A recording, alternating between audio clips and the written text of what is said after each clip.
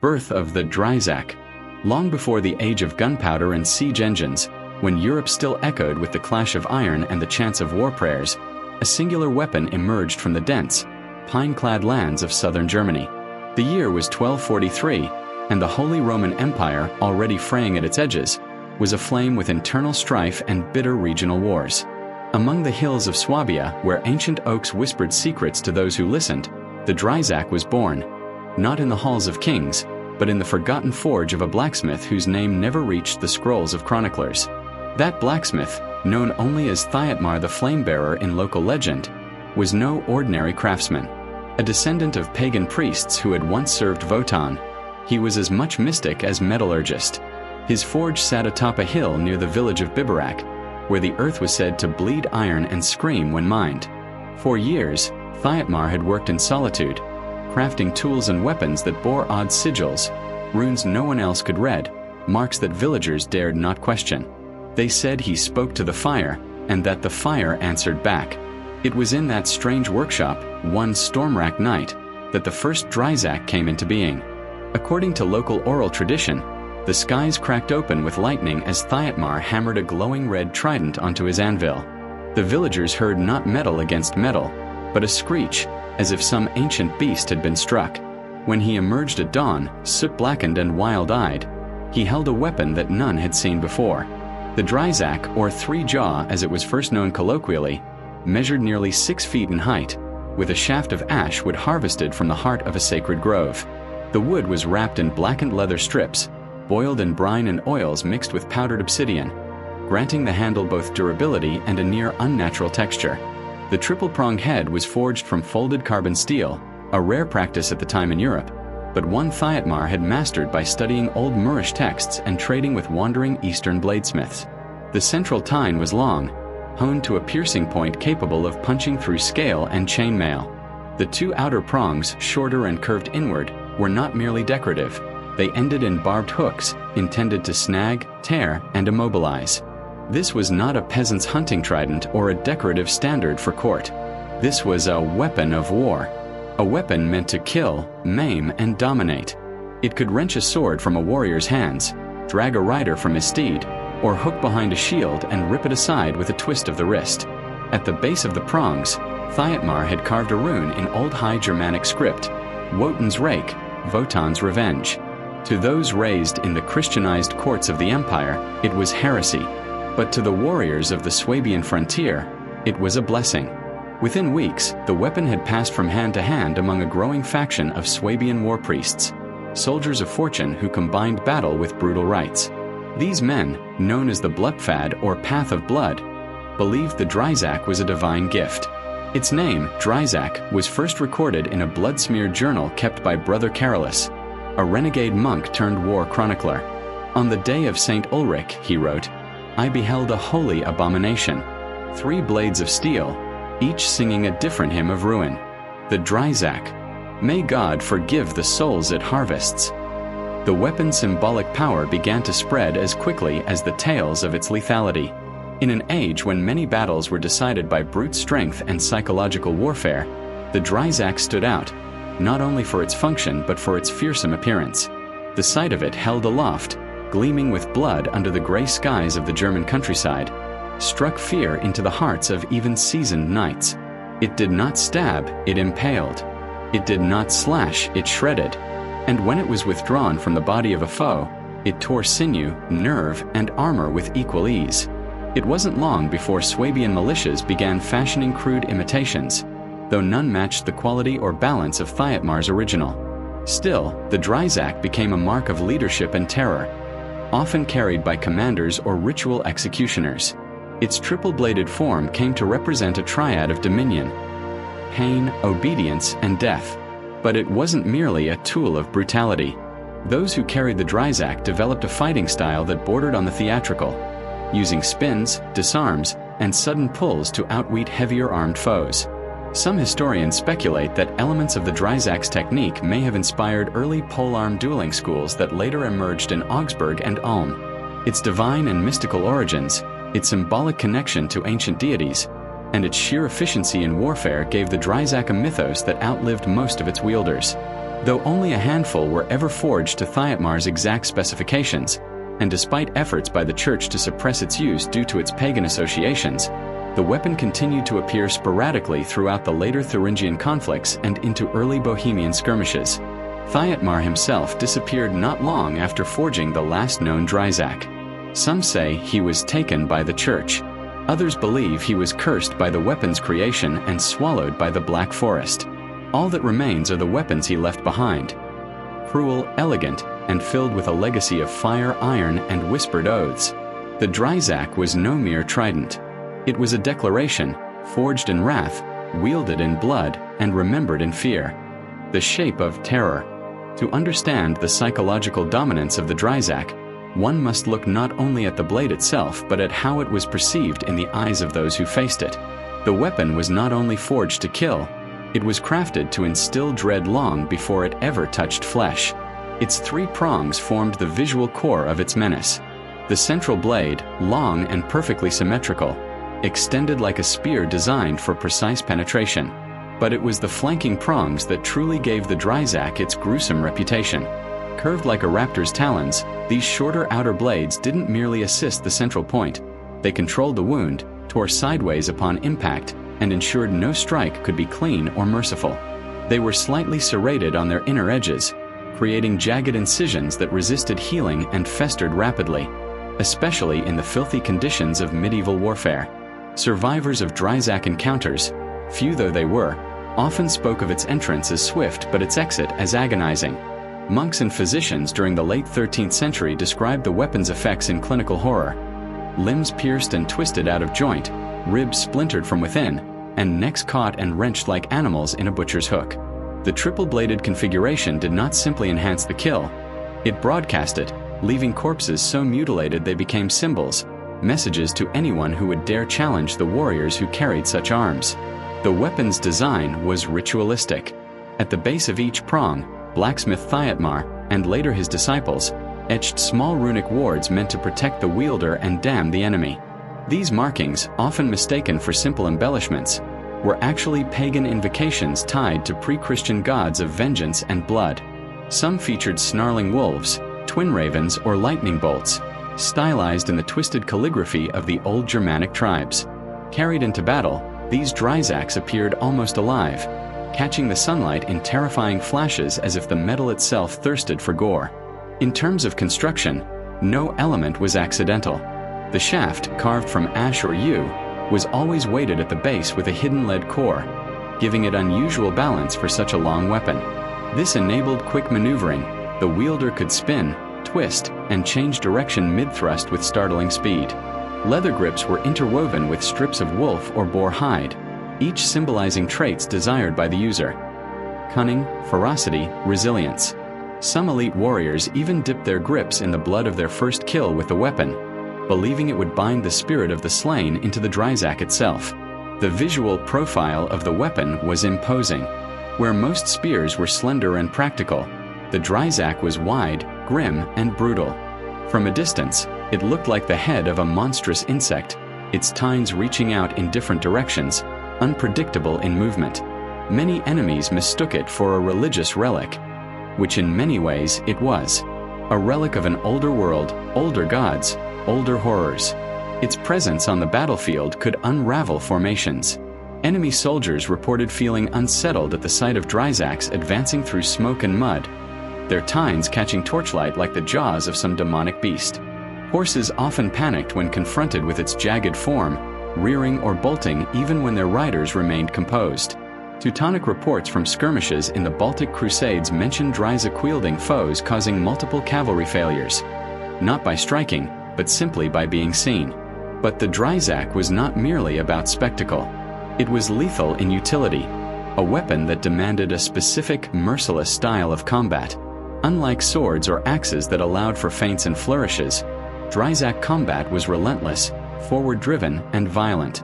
The technique favored closing distance rapidly, using the central point to drive through armor seams, under the arms, at the neck, between thigh plates, while the outer prongs acted as anchors, latching onto bone, shield rims, or weapons. Once embedded, the wielder twisted the haft violently to tear and disorient. often disarming or throwing the opponent off balance for a final fatal blow. There was even a deadly variant known as the Jaws of Wotan, a DREIZACK with the central blade slightly hooked downward and the side tines curving in tighter, forming a claw-like mouth. Used primarily in duels or executions, this version was infamous for being able to close around the throat or torso of an enemy and crush their windpipe or ribs with a single wrenching motion. Though rarely used in mass warfare, its symbolism was terrifying.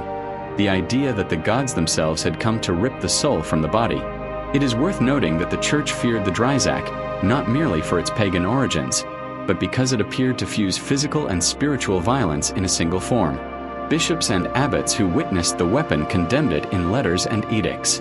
In 1258, Archbishop Adelbrecht of Mainz denounced it in a council of war, calling it a trinity of ruin sent from the abyss, warning that such iron-born tools were not blessed by heaven, but by shadows. Despite ecclesiastical opposition, the weapon spread, slowly, selectively, and only into the hands of those deemed worthy enough or mad enough to wield it. It was not mass-produced. Each DREIZACK was forged for a single warrior, and often died with them, buried or burned in ritual pyres. Some lords commissioned their own versions, but few ever matched the terrible geometry of Thietmar's original pattern. The weapon shape began to appear in heraldry, battle standards, and even tavern songs, always as a mark of dread. Soldiers would refer to a particularly gruesome death as being kissed by the triple tooth. Some peasantry believed that the weapon could trap souls, that the three blades weren't meant to kill the body, but to tear apart the mind, heart, and the spirit in unison. Whether superstition or battlefield trauma, the DREIZACK quickly gained a reputation far beyond its physical form. In the quiet moments before battle, it was not uncommon to see DREIZACK wielders kneel and speak to their weapon, as if addressing an old friend or a vengeful god. Some would rub ash over its prongs or dip it into the earth to wake the iron before a charge. These rituals, though rarely documented officially, were whispered among squires and camp followers. The weapon was a tool, yes, but also a totem, an icon, a piece of death-given form. And so its shape endured, not as a mere artifact of war, but as an idea, an expression of raw dominion over the body and spirit of one's enemies. The DREIZACK was not about elegance, or even efficiency. It was about impact, visually, physically, psychologically. A weapon so terrifying that even in silence, it screamed. March across Europe. Though born in the crucible of southern Germany, the DREIZACK did not remain confined to the Swabian highlands. Its reputation, like the blood that slicked its prongs, began to spread across the fragmented lands of medieval Europe, carried by wandering mercenaries, returning crusaders, and the terrified accounts of survivors. From a sacred tool of vengeance, it transformed into a weapon of calculated terror, slowly and inexorably working its way into the hands of elite warriors, rebel lords, and war cults from the Alps to the Baltic Sea. Its first recorded military deployment beyond Swabia occurred during the War of the Thuringian Succession, 1247 to 1264. That prolonged and bitter conflict saw rival houses, minor kingdoms, and ecclesiastical authorities battle for dominance in central Germany. It was in this chaotic theater that a feared warband emerged, the Crimson Wolves, a roving unit of exiled Swabian knights, pagan warriors, and zealots loyal to no crown but their own blood-soaked creed. Each carried a DREIZACK with leather-wrapped shafts dyed red and etched with crude wolf fangs. These men were not noble knights. They were bringers of fire, living symbols of what the Church called the savage heart of Germania. They operated with terrifying effectiveness, striking at night, cutting down sleeping guards, and leaving DREIZACK-pierced corpses hanging upside down as grotesque warnings. According to the chronicler Otto von Transberg, they moved like curses upon the land, their weapons gleaming with the hunger of some older god. In 1256, the Crimson Wolves sacked Nordhausen, a fortified Thuringian town. Witnesses described a scene of abject horror. DREIZACKs driven through barred gates, used to drag defenders off ramparts, and even employed in grotesque executions where enemies were lifted and impaled before the eyes of their kin. The sight of those hooked prongs dripping blood, and the shrieks that followed, became burned into the nightmares of the surviving townsfolk. After the massacre, towns across central Germany began posting iron bans, decrees forbidding anyone from wielding trident weapons under penalty of death. The bans came too late. By the early 14th century, The DREIZACK had traveled further east, where it caught the eye of another rising military order, the Teutonic Knights. These warrior monks, charged with expanding Christianity into the pagan lands of the Baltic region, saw the DREIZACK as a perfect weapon for psychological warfare. Although their church superiors disapproved of its pagan connotations, the Teutonic grandmasters permitted a limited black-armored unit to wield them. These elite enforcers, known in hushed tones as the Triplarii, rode into battle cloaked in black wool, with DREIZACKs dyed midnight and prongs blunted only for ceremonial parades. The Siege of Glago in 1329 marked the DREIZACK's most infamous appearance in Teutonic hands. The castle's gatekeeper, a renowned warrior named Pavel Brzaska, was dragged bodily from the battlements by a Triplarius who had climbed the wall under cover of smoke. Eyewitnesses claimed that the DREIZACK's outer prongs latched around Brzaska's ribcage like a monstrous claw, and with a single brutal twist, he was yanked from the wall and hurled onto the stones below. The moment, ghastly and impossible to forget, was immortalized by the chronicler Dieter von Zell, who wrote, "The tower fell not to fire nor stone, but to 3 fangs of black iron, gripped by a man with no soul." The weapon's prestige only grew. Bohemian militias copied its design, creating crude versions called Trojebek, often made of inferior iron but still bearing the recognizable triple tip. These saw use in regional uprisings and border conflicts, particularly in skirmishes against Hungarian raiders and Austrian incursions. Though not as elegantly crafted as the original DREIZACKs, they were effective in causing chaos among enemy ranks, especially cavalry, who feared the hooked blades that could snag reins, armor, or even limbs mid-gallop. The Italian condottieri, mercenary leaders who dominated warfare across Renaissance Italy, soon took notice. By the 1340s, whispers of a German fork that breaks the back of giants had reached Lombardy. The ruthless company of the Black Swan, operating in the service of Milanese nobility, began employing DREIZACK wielders trained by ex-Teutonic veterans. These fighters were used to disarm heavily armored opponents, break shield formations, and intimidate enemies long before steel met flesh. One such warrior, Aldo il Lupo Diaccieo, the Steel Wolf, became legendary for fighting with a DREIZACK in the Battle of Vaprio d'Adda, 1349. Dressed in iron-gray armor with wolf pelts on his shoulders, Aldo faced 3 knights in a trial by combat to settle a dispute between rival noble houses.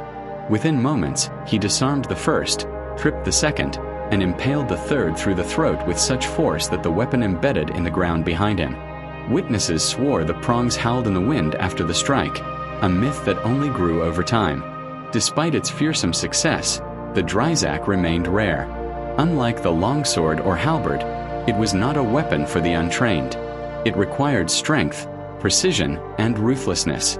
Its use was passed down in secret, from master to chosen disciple, in training circles hidden in forest clearings, mountain monasteries, or in the blood-stained backrooms of mercenary guilds.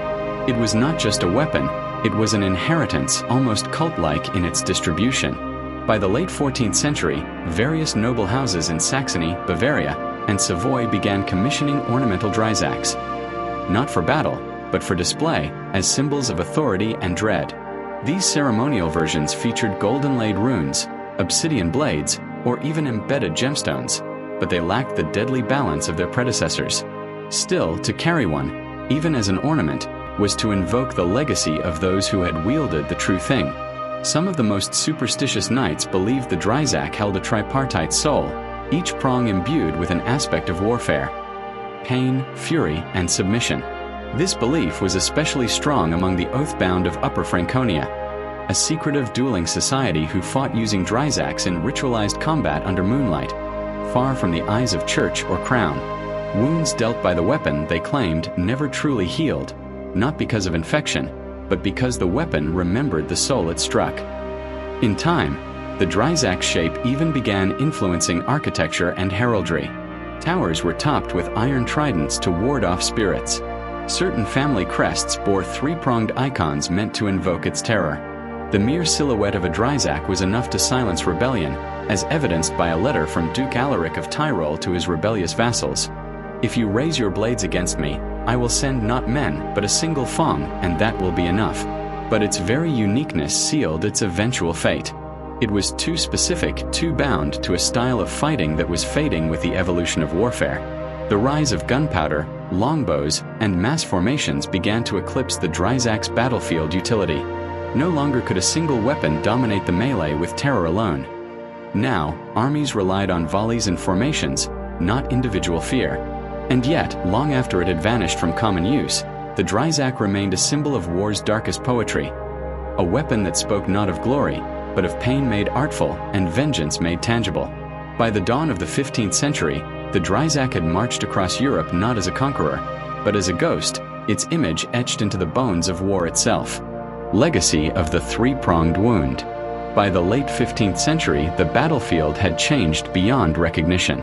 The great mounted knights who once dominated the war-torn heartlands of Europe were being replaced by gunmen and pikemen, by thunderous volleys of arquebus and the grim discipline of massed infantry.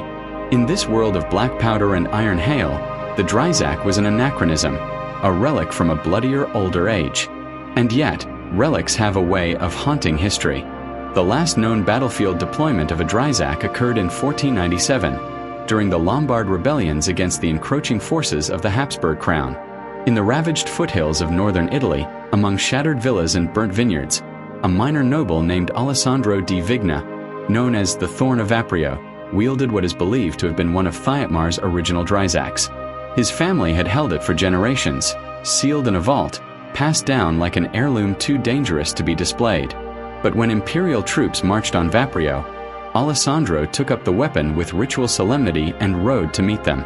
In the Battle of San Giorgio Pass, he led a charge of no more than 30 men against an imperial column of over 200. Witnesses say his DREIZAK glowed red at the tips, slick with blood and dust. He tore through cavalry ranks, yanked riders from horses, impaled 2-foot men on a single thrust. For a moment, it seemed as if time had reversed, and the age of singular terror had returned. He died on that field, shot twice through the chest, his DREIZAK buried deep in the throat of a Habsburg captain, but his stand became legend. Not because it turned the tide of war, but because it reminded the world of something primal. That even in the age of gunpowder, there was still room for fear shaped like iron. After that, the DREIZAK all but vanished from warfare. No longer practical, no longer in production, it became an object of superstition, reverence, and dread. Surviving examples were either lost to time, locked in monastery vaults, or melted down by church inquisitors. Only a handful of authentic DREIZAKs remain today, 5 to 7 by most estimates, each housed in secretive collections, private museums, or behind layers of bureaucracy in state armories. The most famous among them is the Teufelspeer, the Devil's Spear, held in the Vatican's Black Reliquary beneath St. Peter's Basilica. It is said to be cursed. According to the Archivum Obscurum, a little-known codex kept by the Jesuits, every man who attempted to display or replicate the Teufelspeer either vanished, went mad, or died violently. The weapon has not been shown to the public in over 300 years. Rumor claims it is kept submerged in holy water, wrapped in chain, watched day and night by silent monks who never speak its name aloud. Other DREIZAKs have appeared only in whispers. A rusted one, missing one tine, was allegedly found in a collapsed well in Bavaria in 1812, where locals believed it was the source of a string of gruesome animal mutilations. Another surfaced during World War I, carried by a German trench officer who claimed it gave him visions of wolves made aflame. He was executed for desertion, and the weapon was confiscated, then lost again. What makes the legacy of the DREIZAK so enduring is not just its physical form, but its archetype. Artists, playwrights, and even theologians have used it as metaphor.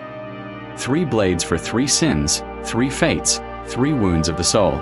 In folk tales, it appears as a cursed gift, the weapon of fallen kings, the tool of betrayed gods. Children along the Rhine still speak of the Trident Knight, a shadowy figure with a hooked spear who steals the voices of those who lie. In modern psychological warfare theory, the DREIZAK is often studied as an early example of symbolic terror weapons, arms designed not just to kill, but to instill panic and shatter morale. Military historians compare its effect to later innovations like flamethrowers or gas, weapons that transcend strategy and attack the mind. But unlike those, the DREIZAK was silent, elegant, personal. Every death by its prongs was seen, felt, remembered. Its design echoes in unexpected places. The police tridents used in Japan during the Edo period, Susumida, bear a distant, convergent resemblance. The modern riot fork, used for crowd control in some autocratic nations, draws from similar psychological design. Not to kill, but to dominate space, to paralyze the will to resist. And yet, none possess the gravitas of the original DREIZACK, forged not merely as a weapon, but as an icon of primal justice. It was a blade for the outcast, the exiled, the furious. A voice for those who could not win with numbers or politics, but could make their enemies tremble before steel. The legend of the DREIZACK endures in literature and media, albeit often distorted. In 19th century Romantic poetry, it was depicted as the harbinger of twilight, the final weapon of doomed heroes. In Gothic novels, it was carried by cursed hunters who slew monsters but lost their humanity. Even in early cinema, it appeared, stylized and exaggerated, as the weapon of tyrants or demon princes. But perhaps its most fitting legacy lies not in text or steel, but in memory. The DREIZACK was a symbol of an age when war was close, personal, and ritualistic. A dance of screams and iron where victory was measured in agony, not acreage. Where terror was hand-forged. Today, in the quiet halls of European museums, behind velvet ropes and under silent glass, replicas of DREIZACK stand, inert, dusted, sanitized. Tourists snap photos, unaware that what they're seeing is not a mere weapon, but a manifestation of ancient violence, of the raw, unfiltered soul of war. To the average eye, it is a trident. To the informed, it is a message. 3 blades. 3 fates. 1 truth. Some wounds are too deep to ever close.